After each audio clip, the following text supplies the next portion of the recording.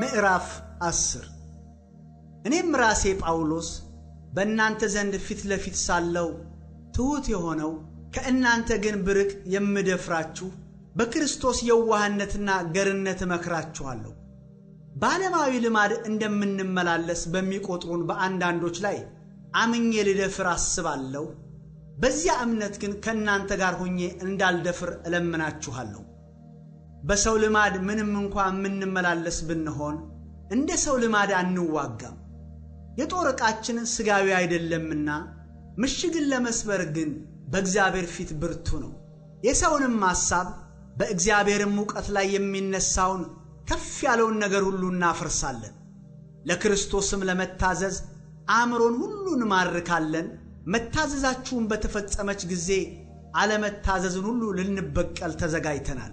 በፊታችሁ ያለውን ተመልከቱ። ማንም የክርስቶስ መሆኑን ተረድቶ ቢሆን ይህን እንደገና በራሱ ይቁጠረው። እርሱ የክርስቶስ እንደሆነ እኛ ደግሞ እንዲሁ ነን። ጌታ እናንተን ለማነጽ እንጂ እናንተን ለማፍረስ ያይደለ በሰጠው በሥልጣናችን ከፊት ይልቅ ብመካ እንኳ አላፍርም። በመልእክቶቼ የማስደነግጣችሁ አይምሰላችሁ። መልእክቶቹስ ከባድና ኃይለኛ ናቸው።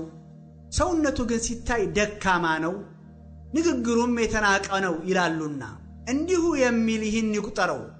በሩቅ ሳለን በመልእክታችን በኩል በቃል እንዳለን በፊቱ ደግሞ ሳለን በሥራ እንዲሁ ነን። ራሳቸውን ከሚያመሰግኑ ከአንዳንዶች ጋር ራሳችንን ልንቆጥር ወይም ራሳችንን ልናስተያይ አንደፍርምና፣ ነገር ግን እነሱ ራሳቸውን ከራሳቸው ጋር ሲያመዛዝኑ ራሳቸውንም ከራሳቸው ጋር ሲያስተያዩ አያስተውሉም። እኛ ግን እግዚአብሔር እንደወሰነልን እስከ እናንተ እንኳ እንደሚደርስ እንደ ክፍላችን ልክ እንጂ ያለ ልክ አንመካም። ወደ እናንተ እንደማንደርስ አድርገን ከመጠን አናልፍምና የክርስቶስን ወንጌል በመስበክ እስከ እናንተ እንኳ ደርሰናልና በሌሎች ድካም ያለ ልክ አንመካም።